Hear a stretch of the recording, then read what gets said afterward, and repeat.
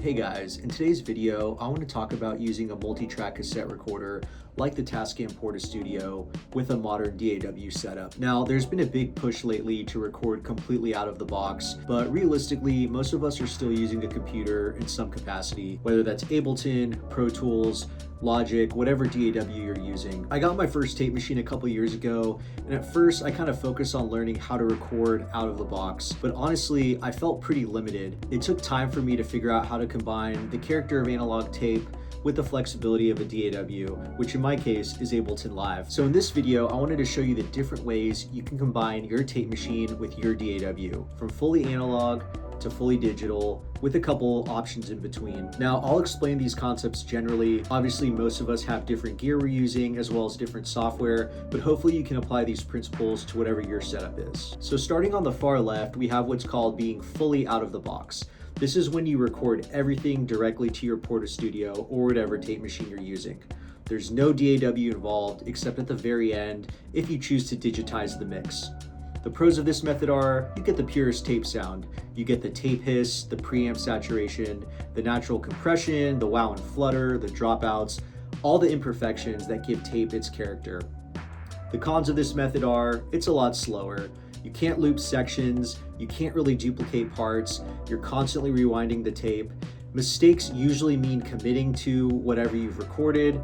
If you want effects, they need to be hardware most likely. So if you'd want to put reverb on your guitar, you need a pedal or some kind of external processor. You can print effects either with inserts where they go right on the tape, or you can use sends and buses. Either way, everything happens in real time. Now, jumping to the far right, we have an approach where you record, arrange, and mix entirely in your DAW.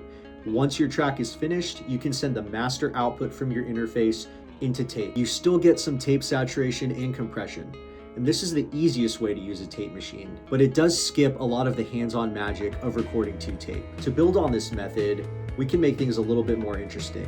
After you're done with your arrangement in your DAW, you can compose 4 different groups. For example, you can have drums and bass on one group, guitar on another group, keys on another group, and vocals on another group. Each group gets sent to one track on your Portastudio. So this gives you a little bit more control, a little bit more interaction with the tape, and the ability to mix and level each of those groups independently. Moving further left, we have what's called SMPTE timecode. This involves recording a timecode to one track on your tape. The timecode then syncs your Portastudio into your DAW. This allows for overdubs and more complex arrangements. Now, I'll be honest, I don't have a ton of experience doing this, but I'll link to a great video that explains it more in detail. Now, right in the middle is what I like to call the hybrid setup. Now, this is how I personally use my 244 with Ableton Live. You'll need an interface with at least 4 inputs and 4 outputs. I use my UAD Apollo X6, and the interface basically acts like a mirror. So instead of plugging my guitar in directly to the Tascam, I'll plug it into input 1 on my Apollo interface, and I'll send output 1 into track 1 of the Tascam Portastudio.